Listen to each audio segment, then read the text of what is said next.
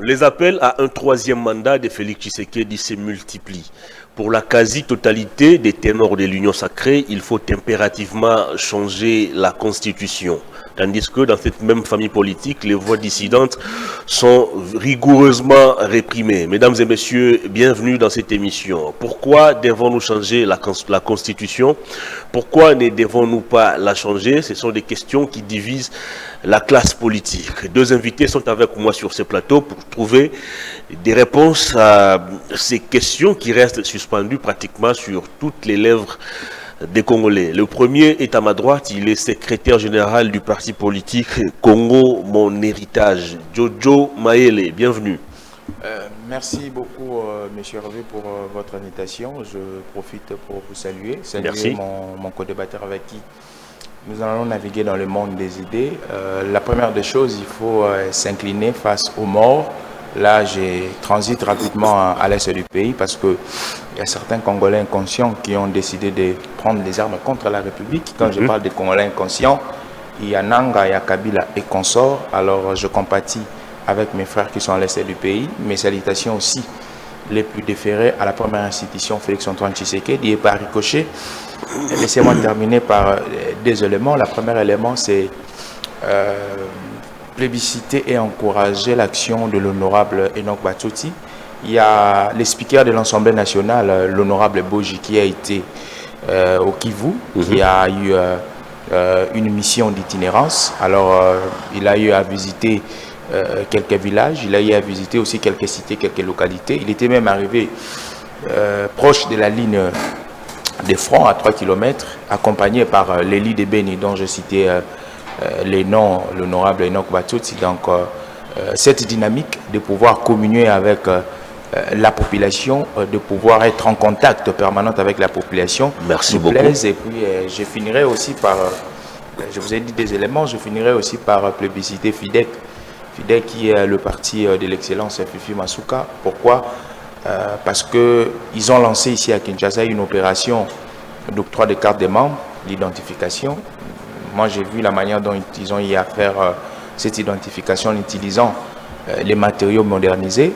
Et pas plus longtemps qu'hier, ils étaient à Lubumbashi et bientôt ils vont atterrir à... Merci beaucoup.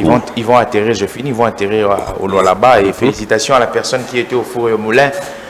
Madame Yvette Angoussi pour le sens d'organisation, d'où j'ai dit à certains partis politiques, comme le nôtre aussi, de copier ces sens de sérieux et puis ces sens d'organisation. Merci beaucoup. Vous êtes secrétaire général d'un parti politique, mais vous avez pris pratiquement 5 minutes à parler des autres, sans parler de votre parti. La grandeur, c'est grandeur, c'est pas écœurant. La grandeur exige parce que nous sommes. Merci beaucoup. En fait, nous sommes dans un champ politique. Très bien. Et les champs politiques, Congo Mon Héritage n'opère pas seul. Vous n'avez pas de choix. Les dividendes peuvent venir des partis. Non, vous ne serez pas étonné. Un jour, je parle de mon frère. Allez, le deuxième invité. J'ai dit, vous ne serez pas étonné. Merci.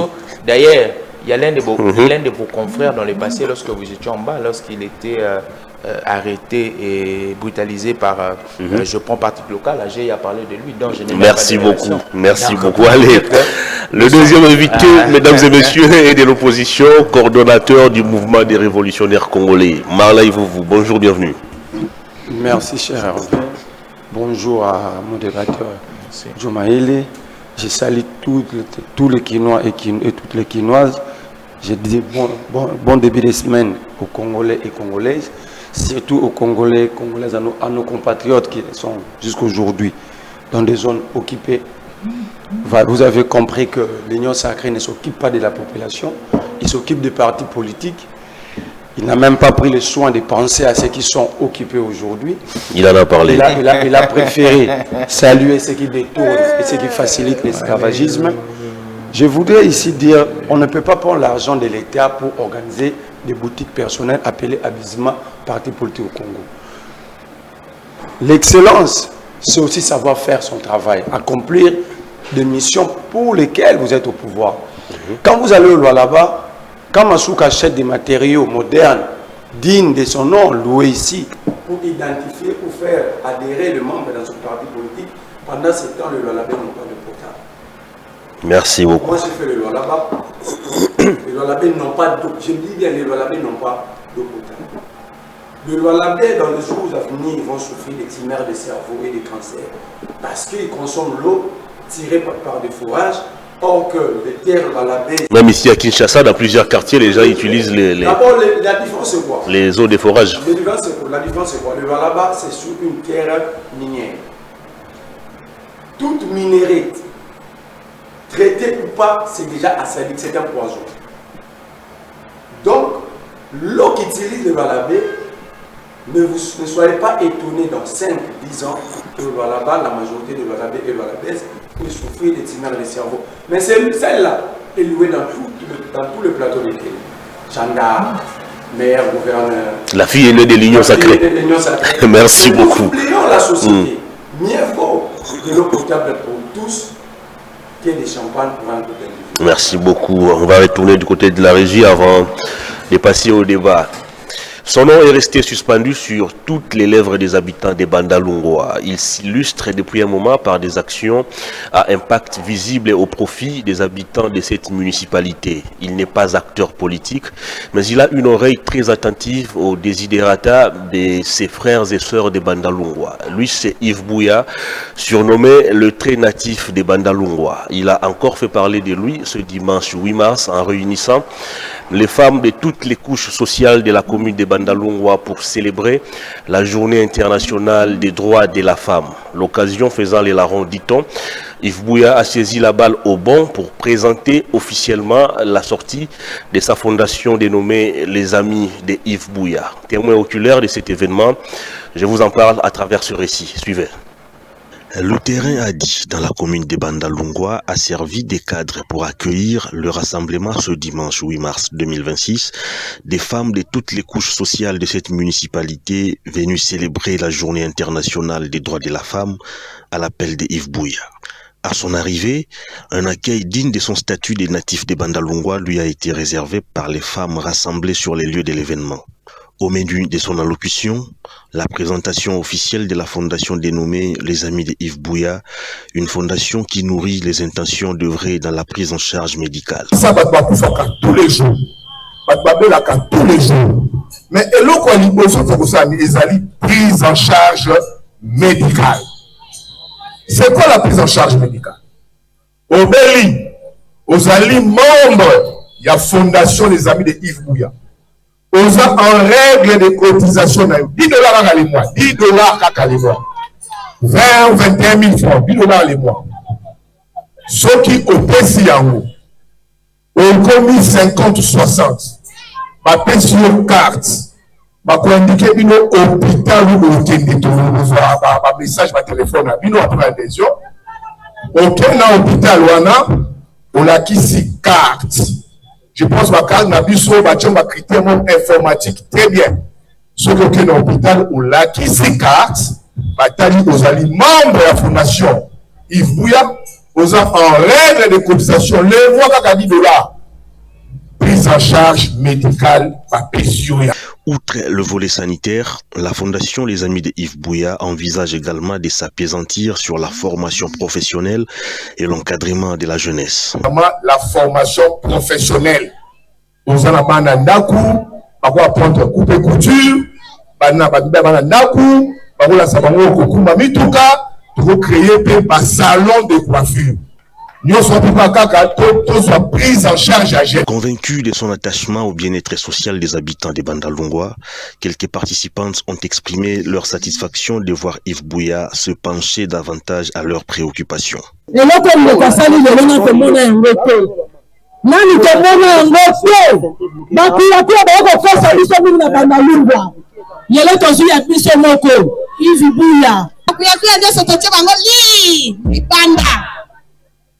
La banzi toye apona mokonzi Yves Bouya.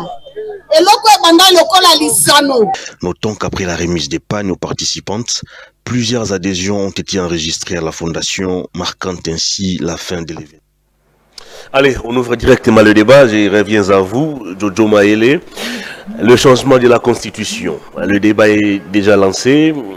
Le président a été le premier à lancer ce débat. L'Union sacrée lui a emboîté le pas. À ce jour, quel est le bien fondé de vouloir changer la constitution de la RDC? Merci beaucoup. Je pense que je vais répondre à votre question avec une thèse bien construite. Parce que lorsque vous étiez en train de me parler de ces débats qui est mis sur la toile, dans les coulisses, vous m'aviez posé plusieurs questions. Je vous ai dit, je vous répondrai pendant l'émission avec une thèse qui est très bien construite. Mais je mets deux points de suspension pour, premièrement, répondre et rétorquer à certaines allégations de mon estimé vous. Alors, d'ailleurs, vous lui avez dit, au début, lorsque j'ai commencé à parler, avant d'être explicite, je me suis dit une pensée pieuse. J'ai bien dit que je gravite. J'ai bien dit que je migre à l'est du pays pour compatir et soutenir mes frères. Pourquoi je soutiens mes frères? Parce qu'il y a certains Congolais inconscients qui ont décidé de prendre les armes contre la République. Alors, je pense que mon frère, soit il n'a pas écouté, 2, soit il a ignoré, 3, soit il a eu une difficulté de comprendre les termes que j'ai utilisés. Parce que lorsque je parle de certains Congolais conscients, soit ils soutiendraient idéologiquement, conditionnel, ces Congolais inconscients. C'est pourquoi il n'a pas tenu compte de ce que j'ai dit. La deuxième des choses, il a été extrémiste, il a hyperbolisé en disant que au Lualaba, il n'y a pas d'eau. Vous voyez? Lorsque vous dites qu'il n'y a pas d'eau, c'est une... Il y a de l'eau, mais c'est de l'eau de forage. S'il vous plaît, s'il vous plaît. C'est même pas ça le débat. S'il vous plaît, s'il vous plaît. Il a rencontré un argumentaire que j'ai posé ici. Donc, je dois encore rencontrer son argumentaire. Vous, il ne faudrait pas dire des choses que vous n'avez pas dit. C'est la construction phraseologique de vous. Il dit, au Lualaba, il n'y a pas d'eau. S'il n'y a pas d'eau, les gens vivent comment? Il dit qu'il n'y a pas d'eau potable. L'eau potable, c'est quoi? L'eau potable, c'est toute eau qui est consommable. Même lorsqu'on fait les forages, pour qu'on boive cette eau doit être traitée. Après traitement, c'est lorsqu'on boit. L'eau devient potable lorsqu'on consomme. Prenez Google, consultez l'expression eau potable. Donc, il ne faudrait pas dire qu'il n'y a pas d'eau. Même s'il y aurait les forages, pour que les eaux de forage deviennent consommables, il faut un traitement. Parce qu'on ne consomme pas les eaux de forage comme ça sans pourtant traiter. Alors, je passe à la question que vous m'aviez posée. La Constitution, pourquoi nous devons la changer? J'ai une thèse que je vais avancer. Cette thèse se base par rapport à notre identité politique. Vous savez, lorsque nous regardons les États dans le monde, même dans la doctrine, les États ont des identités. Alors, la République démocratique, il faut très bien suivre ma démarche. La République démocratique du Congo est un État démocratique. Est-ce que vous comprenez? C'est le premier argument plutôt. La République démocratique du Congo est un État démocratique. Deuxièmement, un État démocratique dans son fonctionnement comme dans sa conception doit respecter les principes démocratiques. Maintenant, la Constitution de la République démocratique du Congo, en tout et pour tout, de sa conception jusqu'à l'heure où nous sommes, doit respecter aussi les normes démocratiques. D'où je viens à la genèse de la rédaction de cette Constitution. À la genèse de la rédaction de notre Constitution, vous allez comprendre, ou si vous creusez, que le mode de rédaction de notre Constitution n'avait pas pu respecter, je mets au passé, ce que nous sommes. Parce qu'en droit constitutionnel, il y a deux théories de rédaction d'une Constitution. La première théorie, c'est la théorie de rédaction autoritaire ou autocrate. Et la deuxième théorie, c'est la théorie de rédaction démocratique. Donc, chaque État doit se retrouver dans l'une des théories. Si vous êtes autocrate, vous allez embrasser les mots de rédactionnels autocrates. Si vous êtes un État démocratique, vous allez embrasser. Alors, je prends par exemple, nous le Congo étant un État démocratique, il a fallu que nous puissions embrasser les mots de rédaction démocratique. Donc, les mots de de rédaction démocratique. Le premier point, c'est il faudrait qu'il y ait, je donne bien cette nuance, il faudrait qu'il y ait l'existence d'une assemblée constituante mandatée par le peuple. Les assemblées constituantes sont plusieurs. Les assemblées constituantes peuvent être dérivées d'un parlement mandaté par le peuple, d'un groupe spécifique des experts mandatés par le peuple. Or, si nous rentrons dans l'histoire de notre pays, notre constitution a été rédigée comment? L'avant-projet a été rédigé par le Sénat, toiletté par l'Assemblée nationale et voté par les référendums par le peuple. Or, je viens maintenant à la genèse de cette assemblée constituante qui a été à la rédaction de cette constitution. L'assemblée constituante était une assemblée qui ne reflétait pas l'émanation du peuple. C'était une assemblée qui était accouchée par rapport à un consensus des belligérants. D'où il y a une incompatibilité avec notre identité politique. Alors, pour migrer maintenant, il faut faire une rupture. La rupture va faire à ce que nous puissions laisser les pratiques de la Troisième République, qui était une république intermédiaire. C'est une république intermédiaire qui nous a permis de quitter vers les armes, parce que lorsque vous lisiez l'exposé des motifs de la Constitution actuelle, cet exposé des motifs fait taire les armes pour inaugurer l'ère de la pacification qui s'exprime par les élections. Il faut migrer maintenant, il faut taire la Troisième République pour maintenant asseoir la Quatrième République. La Quatrième République qui va refléter une constitution démocratique, et cette constitution démocratique va refléter notre identité politique. Merci beaucoup. Ça, c'est la première thèse que j'ai avancée, sans pourtant être explicite dans certains éléments Je vais revenir à vous. de la Constitution. Merci beaucoup. Marlène Vouvou, pourquoi ne devons-nous pas changer cette constitution? La première, j'ai bien suivi mon frère Joe Maele. La première chose, je vais lui dire, même la construction de forages à Kinshasa, ce sont des cimetières. Je te l'ai dit, peut-être que vous n'avez jamais mené des études sur le danger qui représente les stations de forage. Quand vous utilisez les nappes phréatiques là, vous êtes en train de construire des érosions au lieu que ça soit naturel, mais ce sont des érosions en construction. Ça veut dire, allez poser la question à ceux qui ont fait l'aménagement du territoire, à ceux qui font l'environnement, ils vont vous dire, il y aura un moment, les terres vont s'affaisser, parce que les nappes là, c'est l'équilibre entre des types de sols. Ce n'est pas encouragé. Allez poser la question aux experts, la construction des forêts, c'est un danger. Ça, c'est un déné. Je t'ai dit que l'eau consommée par le Lualabé, c'est encore un danger. Parce que dans 10-15 ans, ces peuples-là, tes compatriotes, vous de bonne qualité, vous rendez les autres malades. Je vous ai cité même la sorte de la maladie. Je t'ai dit, ils vont souffrir des tumeurs de cerveau. Quelles sont les précautions? Vous êtes au pouvoir. Mon cher Hervé, lorsqu'un régime échoue, désoriente les débats dans la société. C'est ce qu'ils sont en train de faire. À ce moment-ci, les débats devaient se tourner autour du bilan. Parce que leur mandat touche à sa fin. Qu'est-ce que vous avez fait pendant ces temps? Ils ont encore 2 ans. Mais justement, il y a même des bilans en même parcours qui existent. Qu'est-ce que vous avez fait de notre sécurité? À Kinshasa, on enlève, on kidnappe, on braque. Tous, nous savons comment sortir, mais personne ne sait comment il va rentrer. C'est ça les débats. Mais pour désorienter tout le monde sur de vrais sujets, il nous amène un débat qui n'a ni tête ni queue. Il a développé des thèses ici, fabriquées par lui-même. Oh, laisse-moi. Prenez note.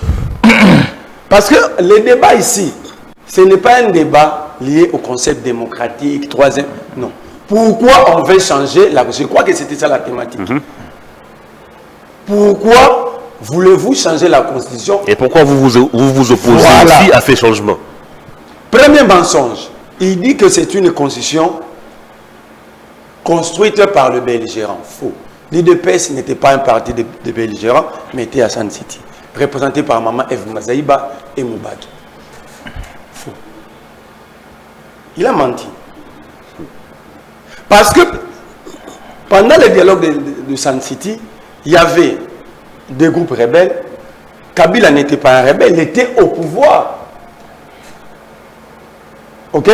Kabila était au pouvoir à Kinshasa, qui faisait face à des groupes rebelles. Donc, Kinshasa n'était pas un groupe de belligérants. Deuxième mensonge. La société civile qui était représentée là-bas, c'était des belligérants. Fayoulou qui avait pris part, était-il un belligérant?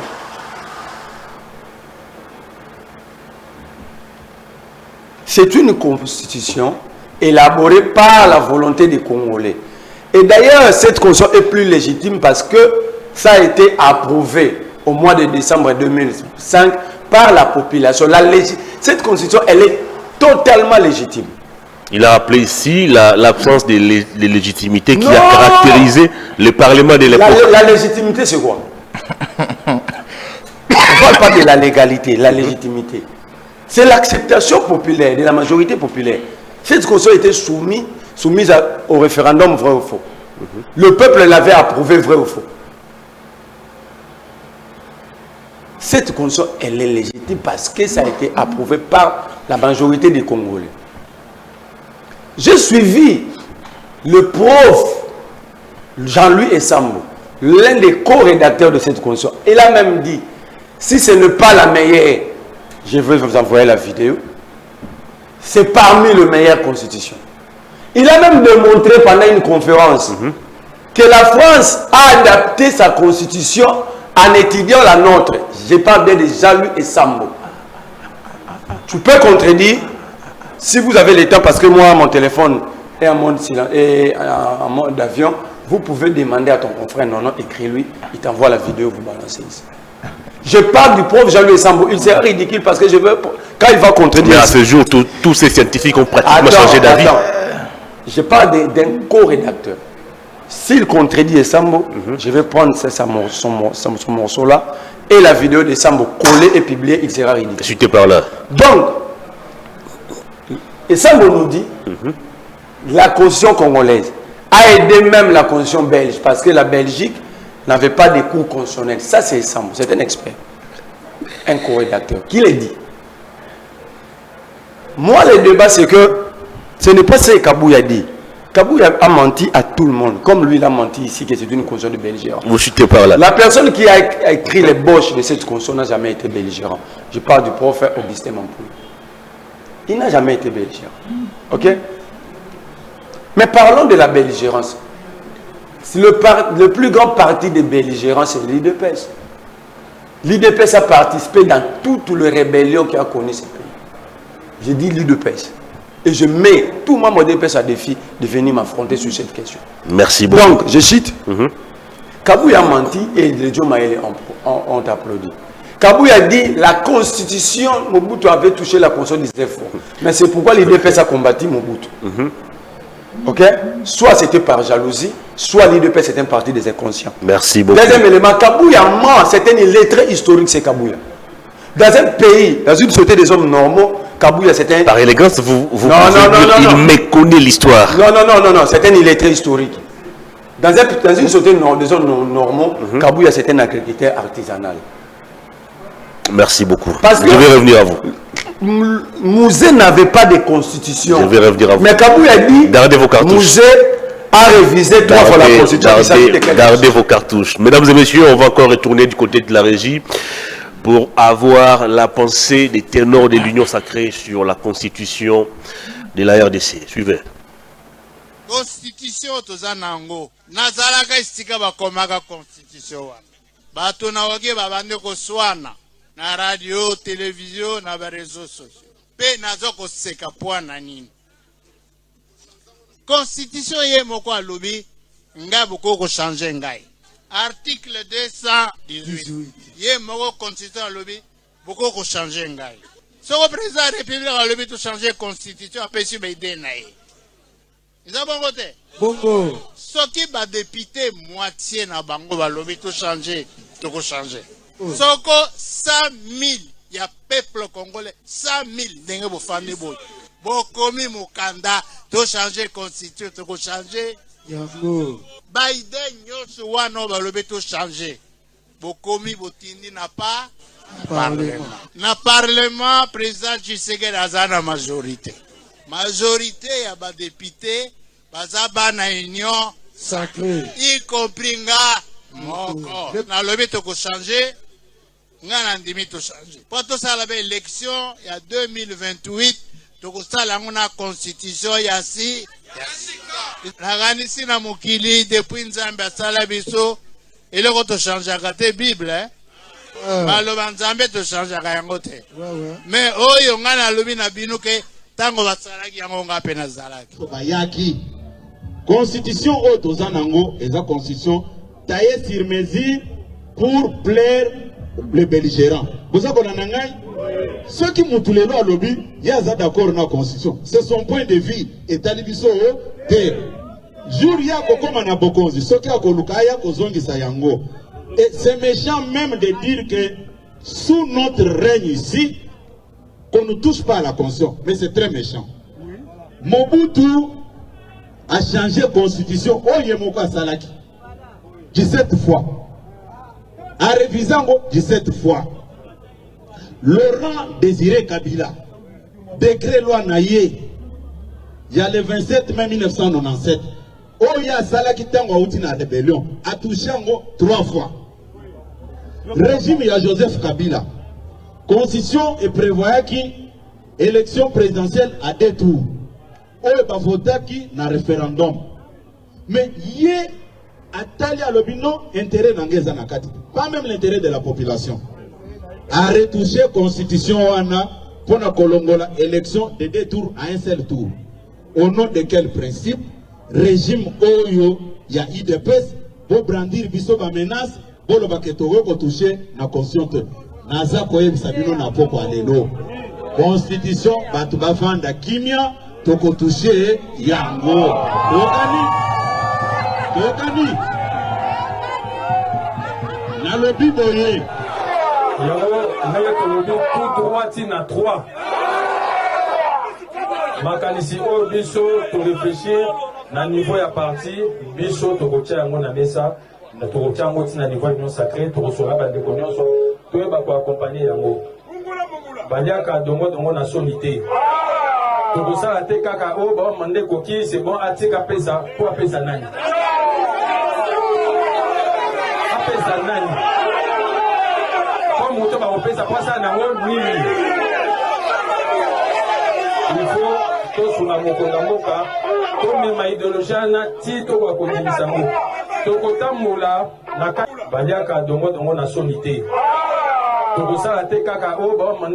C'est bon, atika pesa pour pesa nani. Allez, Diomaye, je reviens à vous. Vous avez suivi tour à tour le patriarche Christophe Mbosso qui nous promet qu'en 2028, on ira aux élections avec une nouvelle constitution. Seule la Bible ne peut être changée. Kabouya nous parle, nous fait une étude comparative entre Mobutu qui avait changé 17 fois la constitution, Mouzé Kabila qui en a touché aussi, je crois, 3 fois, puis par de Joseph Kabila qui avait aussi retouché la constitution. Qu'on soit calme, la constitution sera changée. Boudimou de son côté est clair, un 3e mandat ou rien pour Félix Tshisekedi. Alors finalement, qu'est-ce que l'Union sacrée a besoin de faire avec le Congo? Merci, cher Monsieur Hervé. Je pense que dans votre allocution, vous avez fait une litanie. Une litanie de propositions. Et tant que... Non, ce ne sont pas mes propositions. Non, une litanie de propositions que vous relayez. Ok. Merci beaucoup.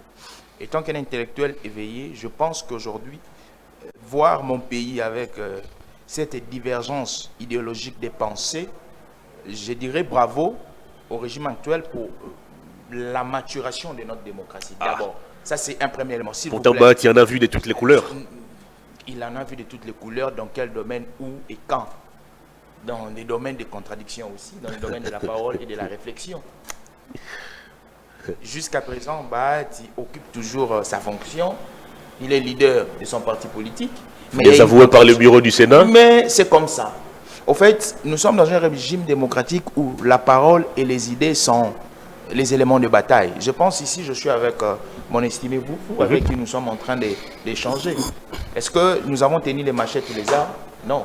Il y a devant nous le micro, il y a un papier, un stylo et puis la bouche où nous exprimons nos argumentaires. Seuls les téléspectateurs vont trancher. Donc, la première observation, c'est la maturation. Je dirais à mon frère vous que la pratique de forage n'est pas seulement ici au Congo. Parce que on entend parler, c'est comme s'il veut singulariser cette pratique. Les débats, c'est la constitution, quand vous allez dans d'autres cieux, il y a aussi, par exemple, dans les pays les plus désertiques en Afrique du Nord, au Moyen-Orient, cette pratique est existentielle. Alors, vous dites que j'ai avancé des thèses erronées. C'est pas moi. Il a son téléphone, qu'il écrive les moyens de rédaction d'une démocratie, les modes de rédaction. C'est une thèse, c'est une notion en droit constitutionnel. Vous savez, lorsqu'on rédige la Constitution, il y a ce qu'on appelle le pouvoir constituant originaire et il y a le pouvoir constituant dérivé. Le pouvoir constituant originaire, c'est la structure qui rédige. Et le pouvoir constituant dérivé, c'est la structure qui a la capacité de pouvoir modifier. Et cette théorie sur la rédaction de la Constitution est existentielle. Si vous ne connaissez pas, je lui informe. Il y en a deux. Les modes démocratiques et les modes autoritaires. Allez-y vérifier. Ça, on a compris. Le troisième mandat. Deuxièmement, il dit que ce débat n'a pas lieu d'être, nous sommes en train de distraire. Non. Vous avez échoué. Si vous voulez imposer notre débat. C'est minimiser la teneur de la Constitution. Hiérarchie des normes, théorie de Hans Kelsen, l'approche pyramidale. La norme la plus considérée, c'est la Constitution. D'ailleurs, dans une définition plus grabataire, on l'appelle loi de loi. D'où la question mise en lumière ces derniers temps a lieu d'être. Vous savez pourquoi, lorsqu'on rédige une loi, il y a toujours la rubrique contrôle constitutionnel. Vous savez pourquoi? Parce que toutes les lois doivent se conformer à la Constitution qui est la loi suprême.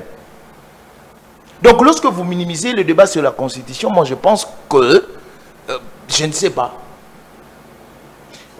vous dites que le prof Essambo, que je considère beaucoup, que j'aime aussi, a dit que la Constitution française s'est inspirée, c'est ça non, de la Constitution congolaise. Après, si vous voulez, il doit mettre en entièreté cette vidéo. Voilà ce que je vous avance. Tous les intellectuels savent que la plupart des constitutions francophones, je ne parle pas des RDC, la plupart des constitutions francophones ont puisé dans la Constitution française. On parle même du mimétisme constitutionnel.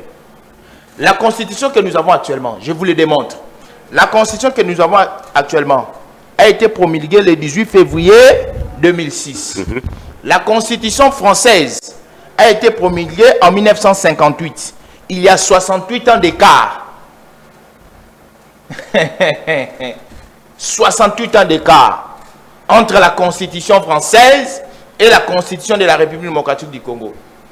Par rapport à la rédaction, il y a 68 ans d'écart de rédaction entre celui qui est né en 68 et celui de qui doit puiser chez l'autre. Vous ne voyez pas que c'est un argument biaisé? Vous ne voyez pas que c'est un argumentaire biaisé? Oh, je vous dis, prenez la Constitution française, lisez, vous allez voir qu'il y a un mimétisme constitutionnel. C'est l'Afrique qui a un œil regardant vers la Constitution française. Les masques sont tombés, vous voulez un troisième mandat pour Félix Tshisekedi? Alors, il ne va jamais répondre. Je vais répondre. Cet argument sur le troisième mandat, 2 minutes. C'est un argument que chaque personne avance librement. Parce que vouloir un changement constitutionnel pour avancer certains arguments n'est pas un tabou. Mais par exemple, moi, M. Joe Mayele, s'opposer aussi au changement de la Constitution ne doit pas appeler à des attaques.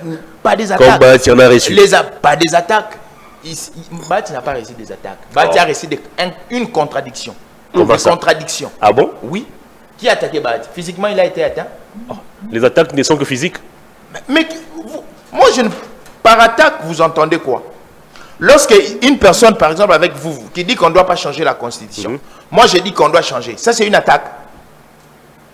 Lorsque Bahati dit que c'est l'homme politique congolais qui en est l'auteur du développement. Et le bureau du Sénat s'élève. M. Joe Mayele dit que si l'homme politique congolais est pervers, donc Bahati aussi est pervers parce que lui, il a commencé à gérer depuis Mobutu.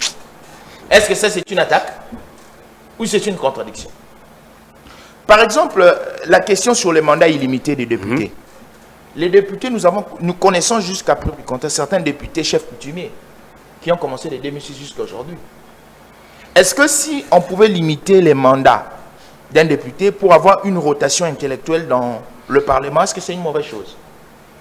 Ça aussi, c'est Tshisekedi. Je vous donne aussi un exemple. Nous avons aujourd'hui, je dirais, une certaine oligarchie économique. Il y a un groupuscule de personnes qui ont caporalisé les pays et qui bénéficient de certaines richesses de la République démocratique du Congo. L'article 58 de la Constitution dit que les richesses de la République démocratique du Congo doivent être partagées équitablement par l'État. Merci beaucoup. Si par exemple aujourd'hui, il y a un module clair ou un mode opératoire clair pour le partage équitable des richesses de la République démocratique du Congo aux citoyens, est-ce que ça aussi c'est le dépassement des mandats de Tshisekedi? Merci beaucoup, cher Joe Maele. Je termine par l'article 158 de la Constitution qui énumère les modes de sélection de magistrats, de hauts magistrats à la Cour constitutionnelle. Or, nous avons toujours dit, je pense que M. Vouv aussi a toujours dit cette thèse, que la politique a toujours eu la même mise sur la Cour constitutionnelle. Si on peut changer le mode opératoire de sélection des magistrats, dépolitiser, remettre la sélection de magistrats de la Cour constitutionnelle au Conseil supérieur de la magistrature. Très bien. Est-ce que ça, c'est aussi vouloir que Tshisekedi fasse? Mais est-ce pour autant, il faut changer toute la Constitution? Mais c'est pourquoi je vous dis, moi, je suis parti de la thèse de la rédaction pour adapter, pour adapter la Constitution à ce que nous sommes à notre identité politique et pour faire table rasa à la Troisième République. Merci beaucoup. Une république inauguratrice. Merci beaucoup. Merci beaucoup. Merveilleux vous. L'article 218, d'après Christophe Mbosso de l'actuelle Constitution, met en place ou envisage son changement, alors que vous estimez que cette constitution ne peut être changée. Il y a que la Bible qu'on ne peut pas toucher. 2028, on ira aux élections avec une nouvelle constitution. Un troisième mandat pour Félix Tshisekedi parce qu'il n'a pas quelqu'un à qui laisser le pouvoir d'après Boudimbo. Votre réaction? Vous allez comprendre que même Joe Maele n'a pas d'argument pour convaincre la population d'adhérer à leur thèse de la révision au changement constitutionnel. Parce qu'en réalité, des gens sérieux, intelligents devaient se mettre devant le peuple et dire nous avons tel projet, mais la Constitution nous empêche. Qu'ils commencent à nous dire qu'est-ce qu'ils veulent faire, ils ont voulu faire et que la Constitution les a empêchés de le faire. Pour le bonheur de la société. Ils parlent de la redistribution équitable du revenu national. Mais ils soutiennent les gens qui détournent. Il est avec ces gens-là. Ouais, ceux qui ont ceux qui ont détourné. Je soutiens les gens qui ont mais oui, une union sacrée, non. Ceux qui ont détourné l'argent des fourrages, ils ne sont pas de l'union sacrée. Lui, il fait partie de quel gang? Je suis de l'union sacrée. Mais c'est ça la réalité. Il faut pas. Ils appartiennent à une même famille politique. Mais oui, je parle de l'union sacrée. Ça ne veut pas dire qu'ils soutiennent tous ces gens. Attends, ils sont avec eux. Si je ne suis pas d'accord avec ton comportement, je ne peux pas être avec vous. C'est ça la réalité, c'est ça la pratique. Donc vous lui demandez de quitter l'union sacrée? Je ne lui demande pas, mais je le fais voir qu'il est avec ces gens-là. Très bien. Lorsqu'ils vont dans des réunions, dans des congrès de l'union sacrée, il est avec ces gens-là. Il se salit, il mange. Mais il fait semblant de venir prendre la même... les arguments de Mbosso et Boudimbo. Laisse-moi avancer. Comme la bêtise insiste, mon frère a insisté. Je n'ai pas dit que la Constitution française a copié ou est fille de la Constitution congolaise. J'ai dit ceci et ça m'a dit. La France s'est inspirée pour adapter, c'est-à-dire réviser quelques dispositions de sa Constitution. La France s'est inspirée. La vidéo, elle est là. Elle a appuyé encore pour dire que la Belgique n'avait pas une cour constitutionnelle. C'est après nous que la Belgique a compris que... Donc dans les différentes révisions constitutionnelles françaises... Il y a quelques dispositions, mais je parle Très bien. La vidéo, elle est là. Ça, c'est encore une thèse biaisée. Je parle d'un professeur, d'un co-rédacteur, d'un médecin respectueux dans le monde scientifique, ici comme à l'extérieur. Merci. Tu ne m'as pas rencontré lorsque j'ai montré que cette constitution n'est pas l'œuvre de belligérants. Je peux. Parce que sinon, vous allez dire que Moubarak était aussi belligérant, parce qu'il était là. Sinon, vous allez dire, parce que Maman Bazaïba n'était pas MLC à l'époque. Elle était IDPS. Fayoulou n'était pas belligérant. Et Sambo, co-rédacteur, n'était pas belligérant. Mampouya. Mampouya, l'auteur principal.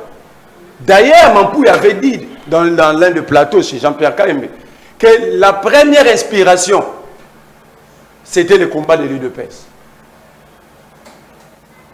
Il est vivant. J'aimerais un jour voir Mampouya débattre avec Augustin Kabouya, même dans la langue maternelle de Kabouya, sous ces débats, sous la Constitution. Est-ce qu'ils appartiennent tous à une même tribu pour parler le même dialecte? Mampouya, c'est un professeur, il peut s'adapter. Ça, la capacité de comprendre, la compréhension de Kabouya qui va poser. Rencontrer Mbosso et... Je ne peux pas répondre à Mbosso parce que ce qu'il dit n'est pas constitutionnel. Article 218. L'article 218 ne parle pas du changement, de la révision. Ok? Ça fait parmi toutes les facultés intellectuelles, la faculté qui commence à décliner rapidement, c'est la mémoire. C'est à partir de 25 ans que la mémoire humaine commence à son inclinaison. Donc regardez 25 ans avec l'âge actuel de Mbosso. Il n'a plus toutes ces facultés en place. Je parle de la psychologie humaine, ce que moi j'ai appris à l'université. Ok? Le vieux Mbosso, à cet âge-là, il ne peut pas être flatteur. Ça, c'est la flatterie. Et le vieux constitue un danger. Au lieu d'être une bibliothèque par rapport à son parcours, mais c'est constitué un danger. Il vous a présenté les mécanismes qui peuvent pousser mais il est dans la confusion. un État à changer des constitutions. Il n'a plus toutes ses facultés en tête. Il a parlé d'une pétition signée par plus de 100 000 Congolais. Ça, c'est pour réviser la Constitution. L'article 218 est à la portée de tous. C'est pour la révision. Et personne ne les empêche de réviser la Constitution parce qu'elle est constitutionnelle. Le vieux a un problème, a un conflit avec la lecture. Ça s'appelle illettrisme juridique. Vous parlez d'un ancien président de l'Assemblée nationale. Mais c'est un illettré juridique. Cette disposition, vous pouvez la lire ici devant tout le monde pour la comprendre. Article 218. L'initiative de la révision constitutionnelle appartient concurremment au président de la République. Là. On ne parle pas du changement. Alors Mbosso dit les élections de 2028. On les fera avec une nouvelle constitution. Il évoque l'article 218. On parle de l'initiative de la révision constitutionnelle. Est-ce que ce type-là est digne d'être écouté? C'est un élève. C'est que le travail que Mbosso Rosa le fait à Mukatimbila. Je prends l'idée d'Idim. Fatih n'a pas quelqu'un qui laissait le pouvoir. Donc lui-même là, il s'est réduit à zéro. Donc il lui faut un troisième mandat. Lui, Bidimbu, ne peut pas être candidat président.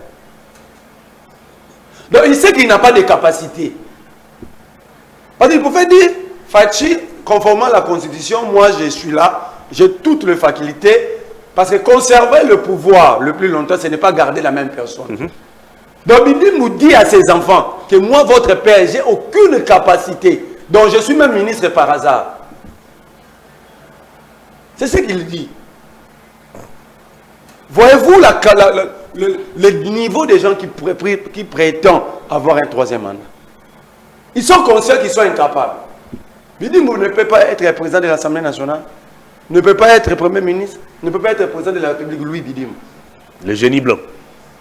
En quoi il est génie quand il ne sait pas ce qu'il est? Posez la question à JB. En quoi il est génie quand la personne dit à tout le monde, moi je ne peux pas. Parce que je suis ce que je suis à cause de Félix Tshisekedi. Tshisekedi sachant que je ne représente rien, mais quand même il a fait de moi quelqu'un. Je prends Kabouya. Kabouya c'est un éleveur et agriculteur ardent. Mobutu a changé la constitution 17 fois, Mouzé 3 fois. On était dans un pays sérieux. Kabila également. Il faut trouver un espace à Kabouya pour essayer à Rosoir, na Congo. Alors, on a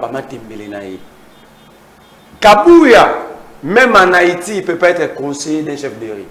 Il est secrétaire général d'un parti Je vous l'ai présidentiel, dit, député national en plus. Je vous l'ai dit, ce n'est qu'au Congo, des gens comme Kabouya peuvent prendre parole, détruire plusieurs cerveaux. Ça s'appelle la trichinose. Kabouya souffre de la trichinose. Vous n'êtes pas médecin pour commencer Coller des maladies. Ça s'appelle trouble des comportements. Est-ce que Moussa avait une constitution? Ce que Kabouya a évoqué là, Moussa avait une constitution. C'est la trichinose. C'est une maladie occasionnée par la consommation excessive de la viande canine.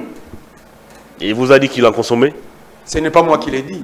Le jour où Kabouya était en conflit avec les combattants, vous avez suivi un combattant. Il dit Kabouya a eu une nomination qui a été faite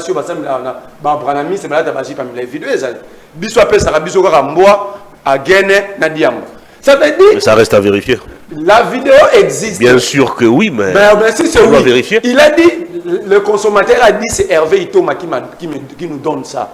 C'est-à-dire, il donne ce que lui-même consomme aussi. Depuis quand vous avez dirigé ce pays avec une constitution? Déjà, un député national jouit de l'illettrisme historique. Comment il est député? Et puis, à un degré exagéré, il est dit sur la place publique. Savez-vous que l'IDPS est au pouvoir? Quand Kabouya prend parole, c'est le parti qui représente la nation en termes de pouvoir. Mais regardez le niveau de son secrétaire général, le président.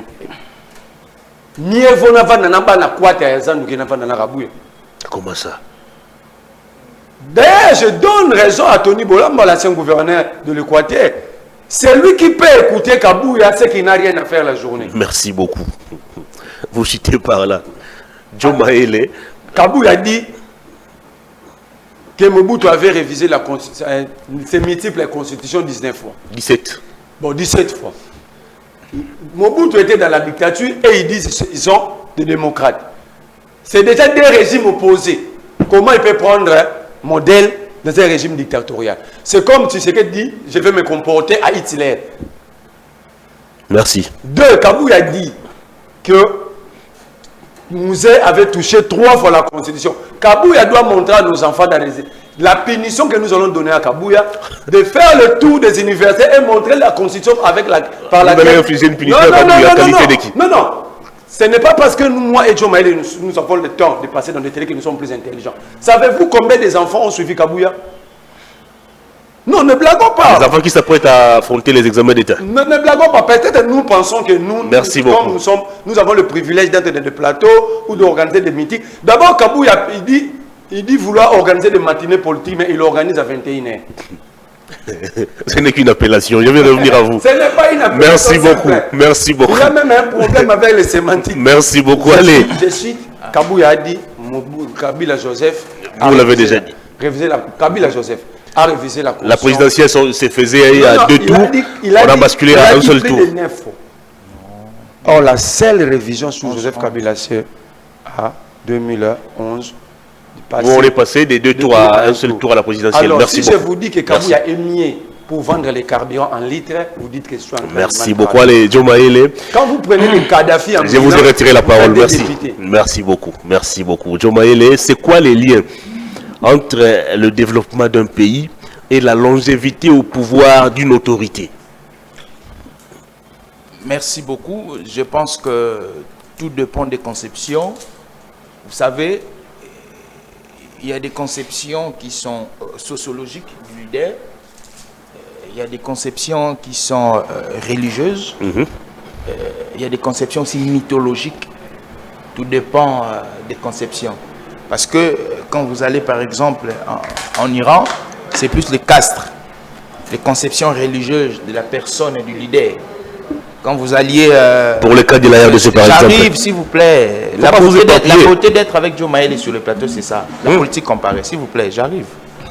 Quand vous allez aux Émirats, c'est l'approche héréditaire. C'est comme au Maroc, l'approche héréditaire. Donc, la question sur la pérennisation du pouvoir, c'est une question qui est relative aux us et coutumes. Chez nous ici, nos us et coutumes nous renvoient au principe démocratique. D'où nous sommes un État démocratique. Mais je mets un point. Lorsque mon frère vous dit, c'est pourquoi il faut toujours avoir des références bibliographiques. Lorsque mon frère vous dit que cette constitution n'est pas le produit des belligérants, mais je vais me référer à un document que tout le monde peut lire, qui est à la portée de tout le monde, l'accord global et inclusif, son annexe. Il y a la répartition des quotas. La répartition des quotas dans le Parlement. Le Parlement est bicaméral. Je vais un peu lire quelques exemples. C'est la transition? S'il vous plaît, c'est la transition. La transition qui a couché à la Constitution. S'il vous plaît. S'il vous plaît. Le RCD, 94 députés. Assemblée nationale. Le MLC, 94 députés. Le gouvernement, 94. Opposition politique, 94. Force vive, 94. RCDN, MLC, 15. RCDN, 5. Maïmaï 10. Ce qui fait 500. Alors, quand je parle, j'ai dit, ça je parlais seulement de l'Assemblée nationale. Lorsque j'ai dit que cette constitution a une production qui reflète les belligérants, parce que les belligérants, ce n'est pas seulement ceux qui ont touché aux armes, mais c'est toutes les parties au conflit qui ont conclu à l'accord global et inclusif. Parce que dans l'accord global et inclusif, il y a des parties prenantes. Ceux qui ont été au conflit. D'où même lorsqu'on fait la stratification de postes dans le pays, on dit qu'il y a un président et 4 vice-présidents qui reflètent les différentes parties prenantes de l'accord global et inclusif. J'ai été maintenant plausible dans mon argumentaire. Est-ce que j'ai menti? Dites-moi si j'ai menti.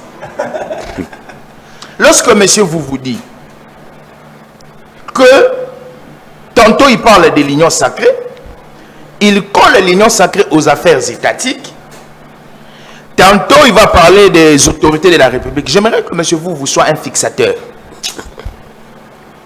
Parce que lui-même, il a dit que nous ne sommes pas plus intelligents par rapport à certaines personnes qui nous suivent. L'union sacrée, c'est un fait privé.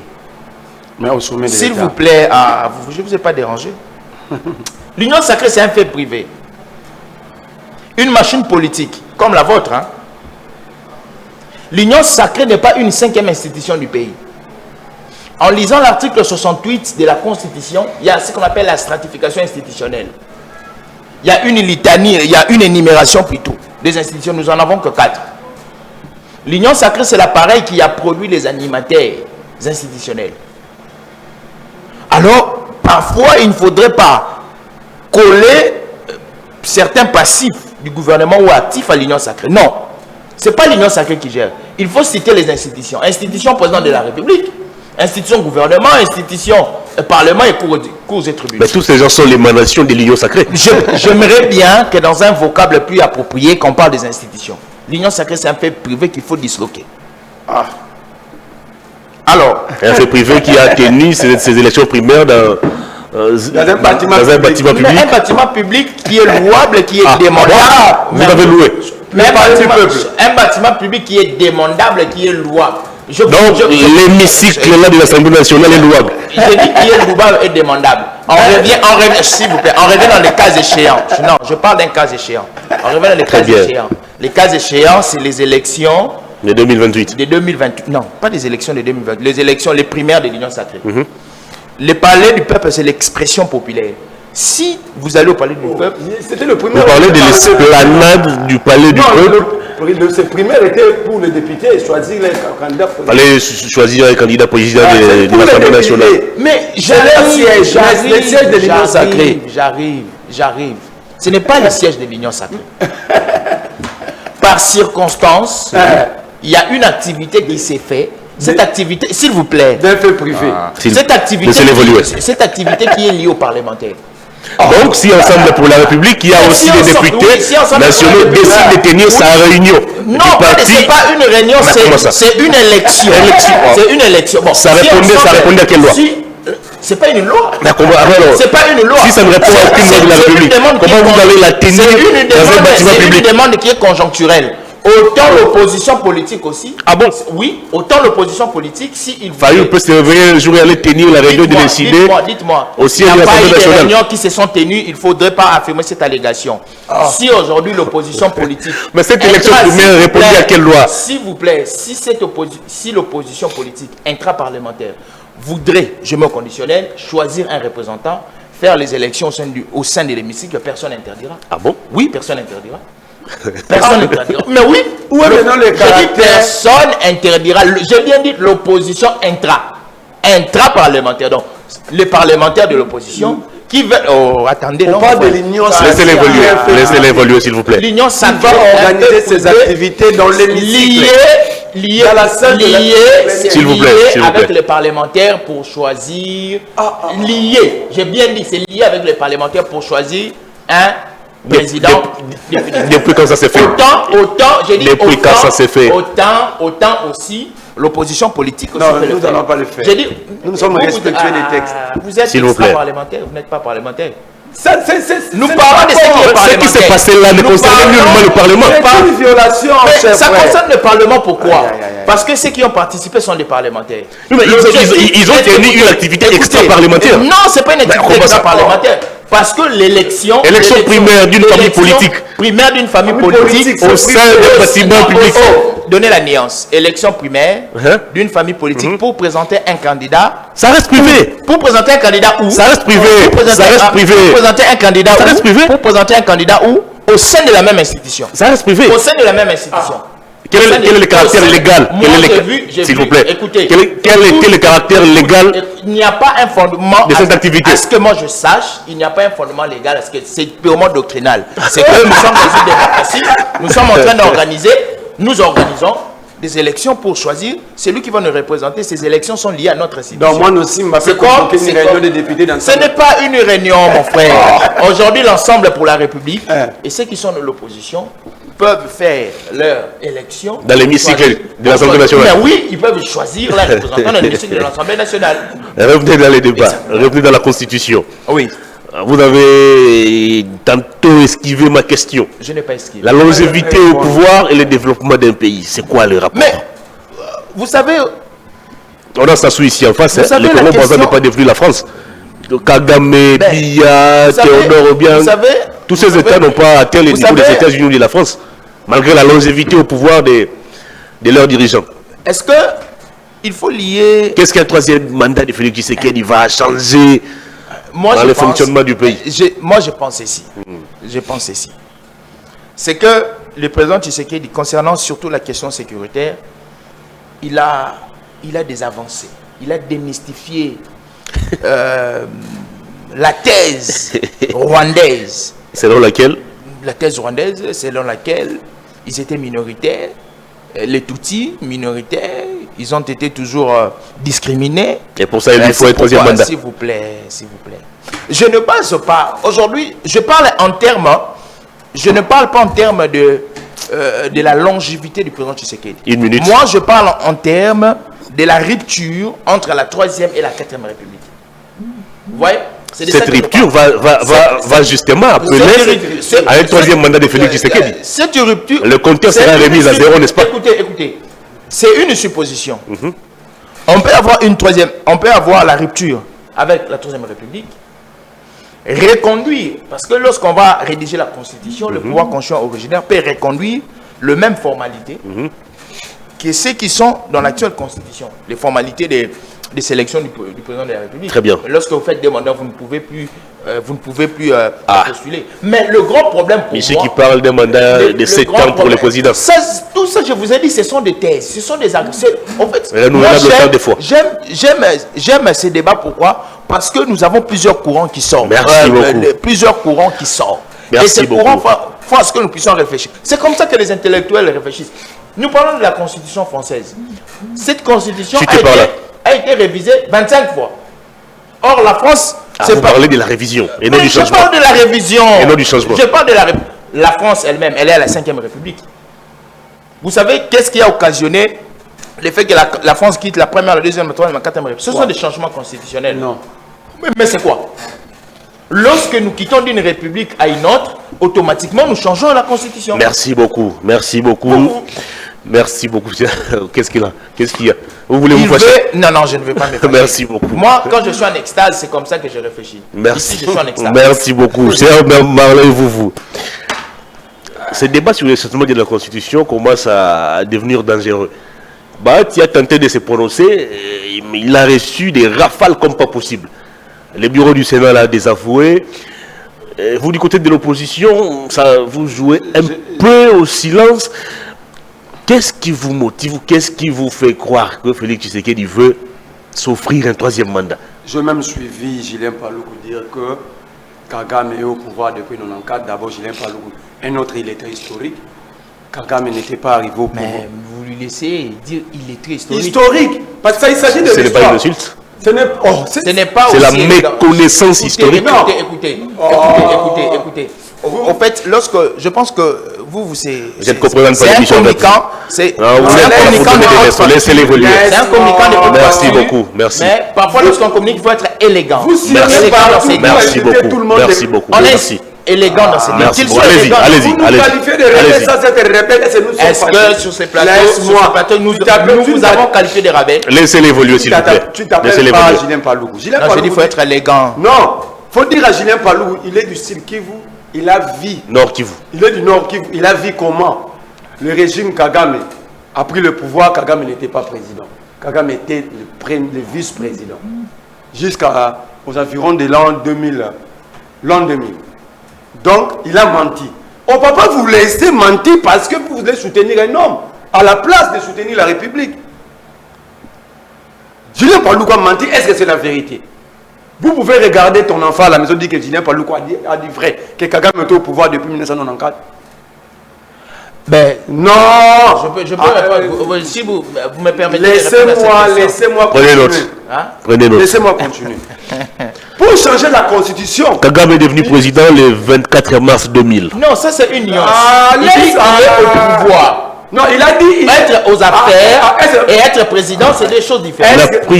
Il a pris ses fonctions après la démission du pasteur Bizimungu. Président de la République.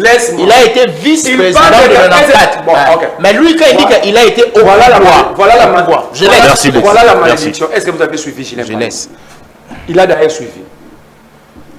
Donc, comme vous êtes de l'Union sacrée, il suffit de parler d'un gars de l'Union sacrée qu'il est en train de régner quand il s'agit de détournement ici. Il prend parole. Il a dit qu'Kagame est au sommet du Rwanda. Être au sommet, ça signifie quoi? Quand on dit Tshisekedi est au sommet du Congo, ça signifie quoi? Être président, non? Est-ce que c'est depuis 1994? Il a menti, vous ne voulez pas qu'on lui dise que c'était un menteur? Il a menti. Préservons quand même nos enfants. À ce niveau de responsabilité, il dit à nos enfants, aux étudiants congolais, que Kagame était président du Rwanda depuis 1994. Et puis depuis quand l'Union sacrée prend sous-bassement de ses argumentaires chez Kagame, Kagame que vous êtes en train de vilipender chaque jour. Il dit Museveni au pouvoir depuis 90, alors que Museveni au pouvoir depuis 80, fin 80. Il a encore menti. Vous voulez qu'on accepte tout ça?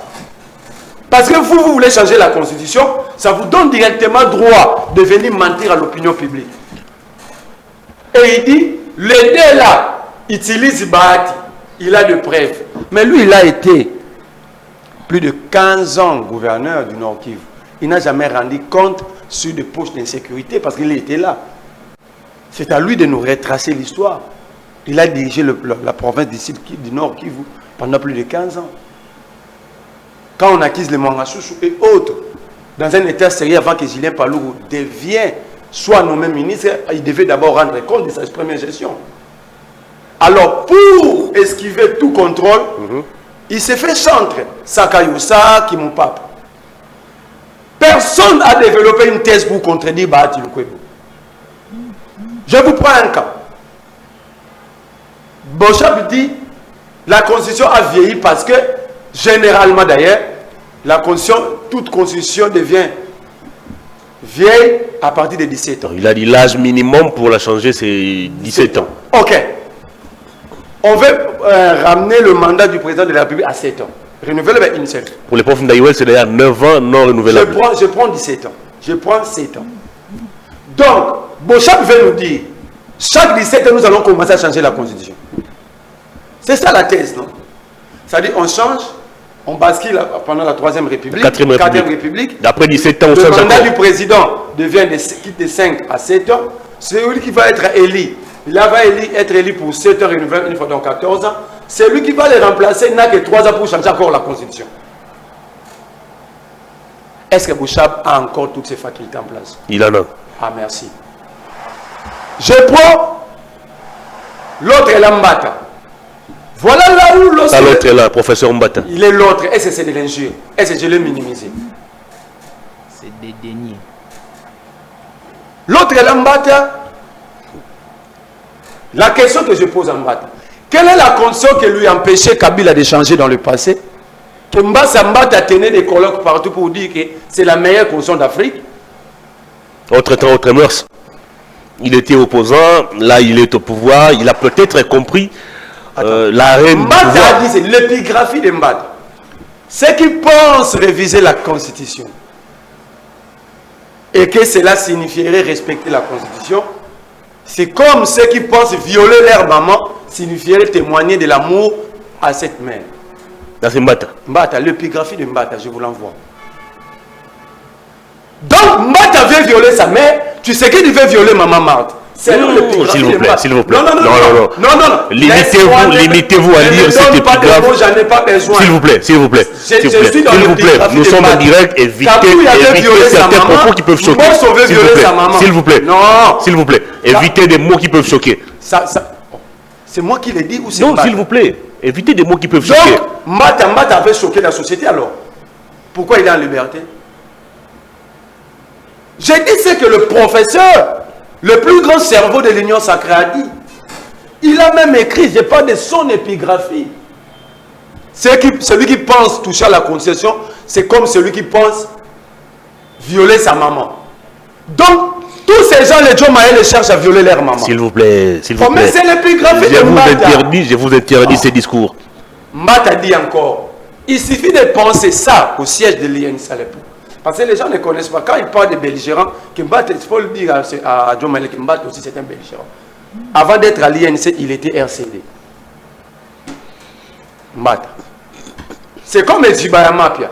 Député, c'était un rebelle du RCD. Aujourd'hui, il parle de la rébellion. Il connaît la rébellion. Il est pasteur. Il était rebelle. Il a été coopté dans le 94. Même l'apôtre Paul a connu aussi un passé sulfureux. Non. Faut pas penser la République comme ça.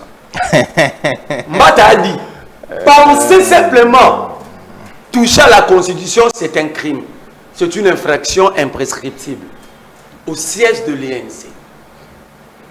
C'est Mbata. Comme son cerveau a immigré vers le ventre, là maintenant il dit autre chose. Moi j'aimerais que nous soyons concis et précis.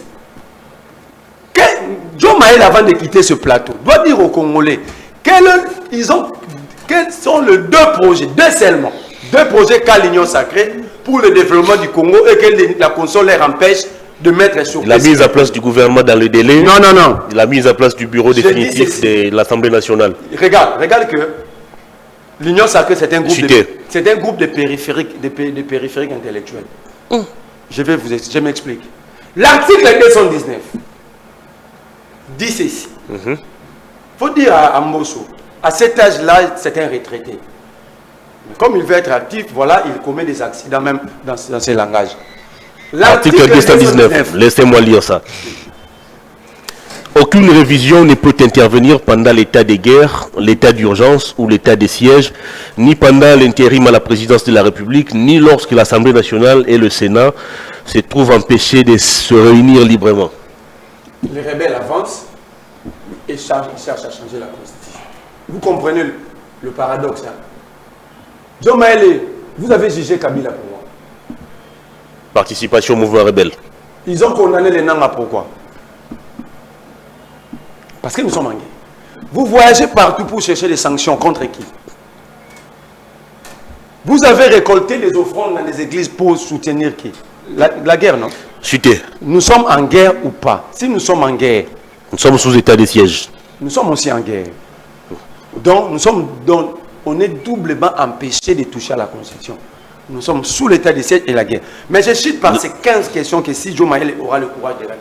15 questions. Gardez ça pour votre conclusion. Je lis gardez ça pour votre mot de la fin. Allez, Joe Maël. J'attends les deux projets que la bien. empêche l'Union sacrée de mettre en place. On va terminer cette émission. La RDC n'a pas un problème de constitution, mais elle a plutôt un problème d'homme. Pourquoi voulez-vous vous appesantir sur la Constitution alors que le problème est ailleurs? Votre réaction? Je pense que votre dernière intervention. Le problème n'est pas ailleurs, il faut être équilibré dans ses dires et millimétré. Parce que lorsque moi je parle, j'aime toujours dégager des couloirs de réflexion. Alors, mon estimé, vous que je connais depuis longtemps, je lui dirais, lorsqu'on communique, il faut toujours avoir un style communicationnel, être élégant, parce que nous enseignons aussi. Alors, dire du professeur Mbata à l'autre là, je pense que c'est piétiner même sa casquette d'être professeur. Parce que là, s'il vous plaît. S'il vous plaît, s'il vous plaît, s'il vous plaît. C'est que Mbata fait moins. Évitez des interprétations erronées. Mbata a défendu une thèse. Moi et vous, nous ne sommes que des licenciés. Nous n'avons que des porteurs de diplômes. Voyez, voyez, s'il vous plaît, laissez-les conclure. Si on cite 10 constitutionnalistes, on ne va pas citer le nom de Joe Mayele, non plus le nom de M. Hervé Thomas, non plus le nom de M. Merlet Vouvou, mais dans les 10 constitutionnalistes, s'il vous plaît, il a sa thèse, il a étudié en Afrique du Sud. Il a aussi enseigné en Afrique du Sud. Dans quelle université? En anglais aussi. Dans quelle université? En anglais. Dans quelle université? En anglais. L'université s'appelle anglais? Ah, s'il vous plaît. Monsieur, je pense qu'il y a une certaine coloration dans le plateau. Ne me poussez pas de dire ça. Vous n'êtes que la police. Vous n'êtes que l'église au milieu du village. Allez-y. Soyez équitable. Alors, s'il vous plaît. Il ne faudrait pas se rajouter dans les propos de votre... Allez-y, personne ne vous contredit. Ici, dans ces plateaux, M. Marley vous voit dire ceci. C'est pas moi, hein? Les rebelles avancent. Il a dit ça. Il venait de dire ça. Les rebelles avancent. Oh, c'est une fausseté. C'est une fausseté. Les éléments que moi j'ai à ma possession maintenant, c'est que ce sont les FARDC qui regagnent du terrain, qui gagnent les villages et les localités. Donc, par une réflexion en syllogisme, si vous dites que les rebelles avancent, donc vous voyez aussi. Je ne vois pas les rapports en tout cas. Oh, tu as peur quoi dire? Je ne vois pas les rapports. On n'a pas peur. Lui seul, sur ces plateaux, a les informations que les rebelles avancent. Or, sur terrain, les FARDC ne font que pilonner, ne font que gagner le terrain. À chacun sa source. Non! La source, elle est diverse, mais l'information est sacrée. Faites une différence entre une rumeur plutôt, et une information. Dans une télé bien sérieuse, comme Perfect Télévision, on ne peut pas amener les rumeurs. On amène des informations.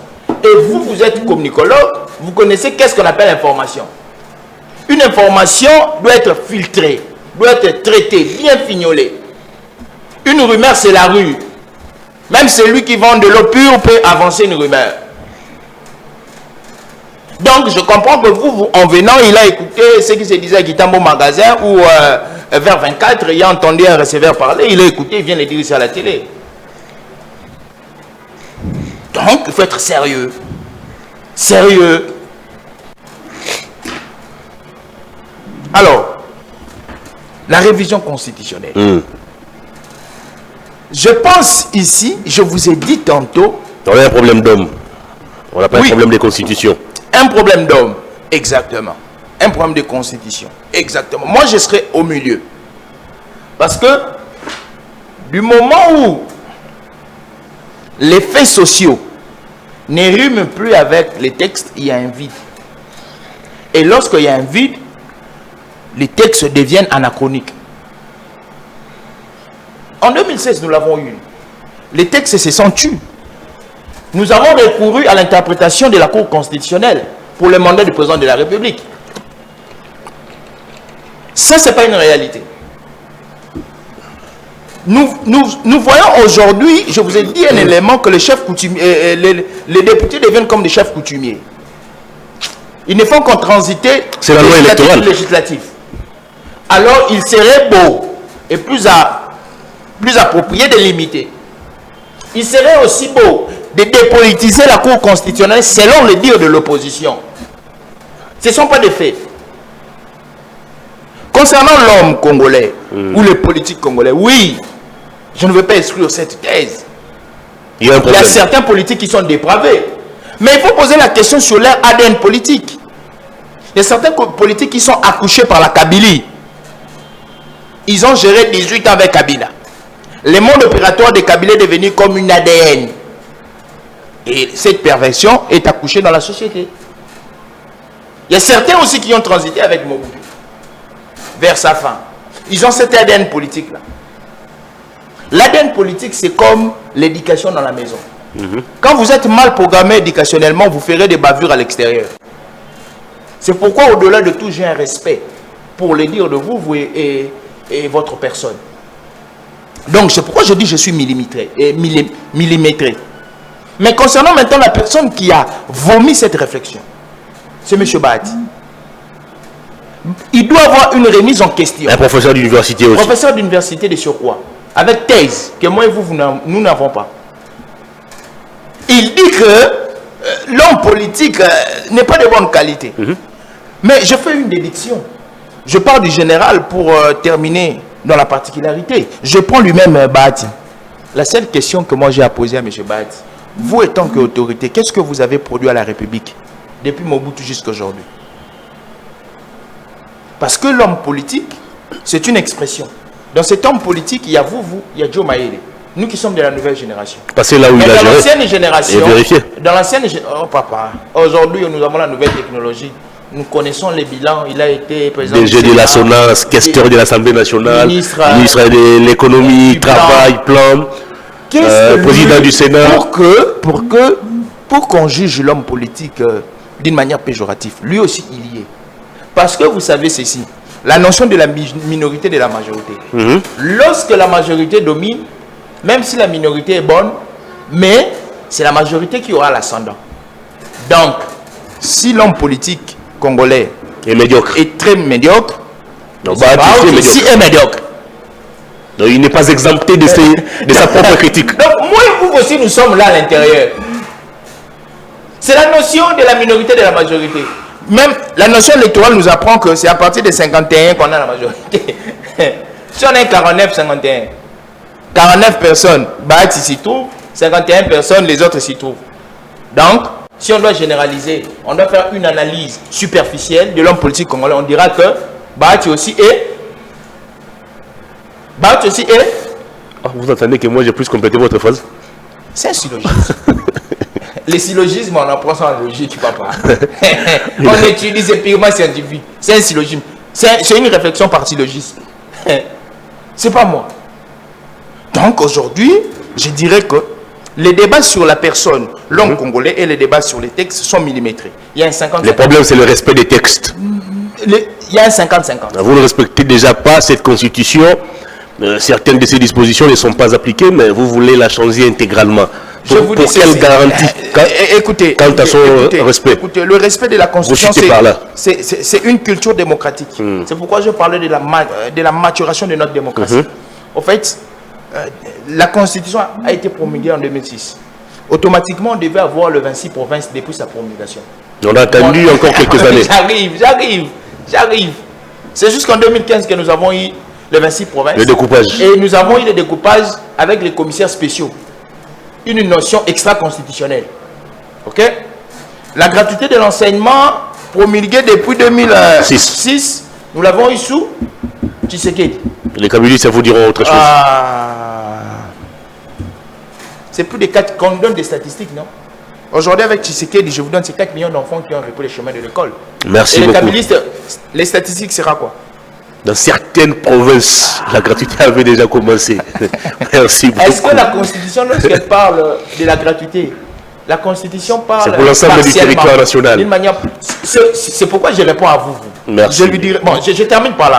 Je lui dirai que la Constitution, dans son article 219, lorsqu'elle parle d'aucune révision qui sera faite pendant l'état de guerre, l'état d'urgence, tout ça, la Constitution nous laisse aussi dans une certaine ambiguïté. C'est quoi l'ambiguïté? L'ambiguïté, c'est que aujourd'hui, nous sommes pendant l'état de siège qui est partiel. Or, la Constitution devait aussi nous fixer sur la partialité ou la globalité. La Constitution parle seulement d'un état de siège. Est-ce que cet état de siège doit être partiel ou global? Saisissez la Cour constitutionnelle pour trouver interprétation. Maintenant, on fait référence à la Cour constitutionnelle. Pourquoi?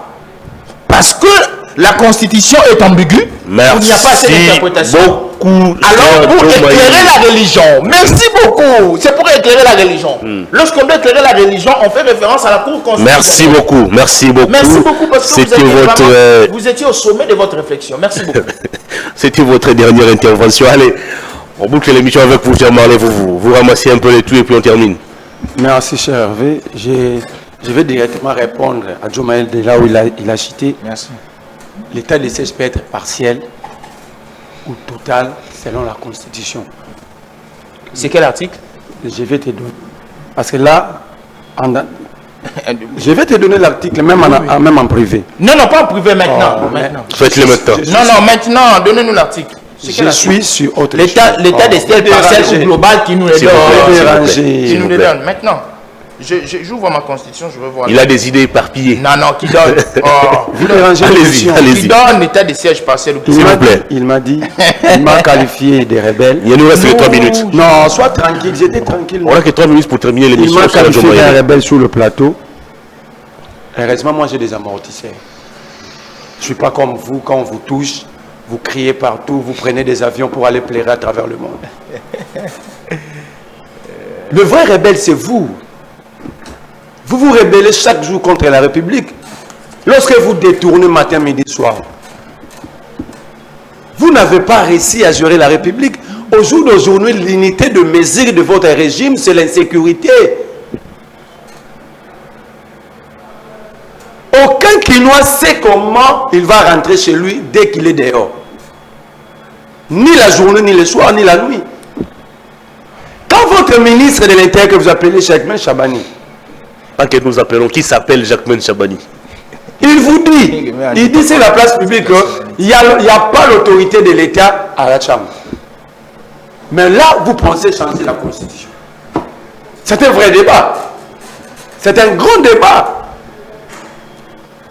Mais là, Jomaël ne va pas évoquer cela parce que c'est un assujetti de Jacquemain et autres. Parce que laisse-moi les journalistes n'ont pas mis cette thématique. Sois tranquille. Pas moi. C'est ça le vrai débat. C'est les journalistes. C'est vous qui... Donc vous qualifiez les journalistes d'incompétents. Laisse-moi. Donc M. Hervé, est-ce que vous pouvez rester calme? Ne me mêlez pas dans votre débat. Parce que vous avez lancé un débat malsain, impropre, inapproprié d'ailleurs. Ah, donc il est impropre. Les débats lancés par vous. S'il vous plaît. Allez-y. Moi, j'aime pas ce genre de débat. Ok? Au lieu, vous, qui êtes au pouvoir, nous amener dans des débats sérieux sur l'alimentation, parce que le pays est frappé par une crise alimentaire aiguë. Nous sommes le premier pays pauvre en Afrique au jour d'aujourd'hui. Va lire les statistiques. Laisse-moi avancer. L'Institut congolais des statistiques, notre institut national, vous dit que 7 sur 10 Congolais vivent sous l'insécurité alimentaire aiguë. 91% au Kasaï central. Ça, ce n'est pas un débat pour vous. Vous parlez de la gratuité. Mais c'est un grand débat. C'est un grand débat. Parce qu'ils ont pour comme habitude la gratuité, 4 millions d'enfants. Mais c'est un grand débat. Il faut bien piocher dedans. Vous allez remarquer que Jomaël n'a pas parlé de la Constitution. Il n'a répondu à aucune question. Posez vos 15 questions et puis on va terminer l'émission. On a largement débordé. En réalité, le débat, c'est autour des véritables priorités de la nation. Jomaël, citez vos questions dans ces 15 questions. Est-ce que qui bloque la... Non, laisse-moi alors. Qui bloque la rétrocession aux provinces? Est-ce que c'est la Constitution ou vous qui êtes au pouvoir? Deuxième question. Qui bloque la réalisation de grands projets d'infrastructure malgré le gonflement du budget? Troisième question. C'est la Constitution ou c'est vous? Troisième question. Qui bloque le vrai contrôle parlementaire? C'est la Constitution ou c'est l'Union? Quatrième question. Il n'y en a pas. Bemba d'ailleurs a écrit. S'il vous plaît, vous avez épuisé déjà votre temps d'antenne, s'il vous plaît. Moi j'ai des éléments ici. Malheureusement, on a débordé. Quatrième question. Ce n'est pas le théâtre, je parle du vrai contrôle parlementaire. Quatrième question. Qui bloque la justice contre le détournement des derniers publics? Cinquième question. Qui empêche aux ministres de réaliser le projet retenu dans leur secteur malgré la disponibilité des crédits? Sixième question. Qui autorise aux ministres d'utiliser, faire des dépenses budgétaires, des dépassements budgétaires, rien que dans le frais de fonctionnement de leur ministère, au détriment des projets d'investissement sur fonds propres? Septième question. Qui bloque la mise en œuvre de loi de la République. 8e question. Qui empêche au gouvernement d'améliorer le social du peuple? 9e question. 8e, ça c'est le 9e. 10e, qui empêche le FARDC à devenir une armée dissuasive? 11e question. Qui empêche au VPM de l'intérieur de soutirer des rangs de la PNC de brebis galaises? 12e question. Qui empêche à la RDC de renforcer la DGM et la bonne surveillance de ses frontières? 13e question. Qui empêche la RDC à se tourner vers un développement durable? La dernière question. 14e, qui décide d'affecter des millions de dollars américains dans le projet européen que de construire des infrastructures sportives au pays ou de financer les championnats nationaux? 15e et dernière question. Qui décide de faire soigner les dirigeants hors du pays et empêcher le système sanitaire? Merci beaucoup, ça veut dire, cher Marley. C'est ça de vraies questions. Merci. C'est ça le vrai débat. Lorsqu'une entreprise tombe en faillite, on ne change pas les statuts. On change le management. Merci beaucoup. Mais j'aimerais. Nous allons changer. On a largement débordé malheureusement. Non, ces questions-là, par élégance. Merci beaucoup. Qui prennent ces questions. Merci. Qui vous les donnent. Comme ça, moi, je viendrai répondre en face. À la prochaine. À la prochaine. Mais dire aussi que la RDC. À la prochaine occasion. Non, merci beaucoup. C'est un mensonge. Merci beaucoup. Les pays les plus pauvres, c'est le Soudan. On a terminé. S'il vous plaît. S'il vous plaît. S'il vous plaît. S'il vous plaît. Les pays les plus pauvres, ce n'est pas la RDC, c'est le Soudan du Sud. S'il vous plaît. S'il vous plaît. Suivi du Burundi. Merci. Ce n'est pas la RDC. Merci beaucoup. Non, ce n'est pas le Merci beaucoup. Merci beaucoup. On a terminé cette émission, pardon. Grand merci à vous, cher Joe Maïlé. Je rappelle que, s'il vous plaît, je rappelle que vous êtes secrétaire général du parti politique Congo Mon Héritage, parti au pouvoir. Grand merci à vous, messieurs les coordonnateurs du mouvement des révolutionnaires congolais, parti de l'opposition. Il faut dire que nous allons changer Tshisekedi dans la Constitution. Ça n'est fini. Grand merci à vous de l'avoir suivi. On se retrouve demain mardi avec d'autres invités, mais avec toujours les mêmes plaisirs. 20h40, la rediffusion. Demain, 10h30, le direct. Au revoir.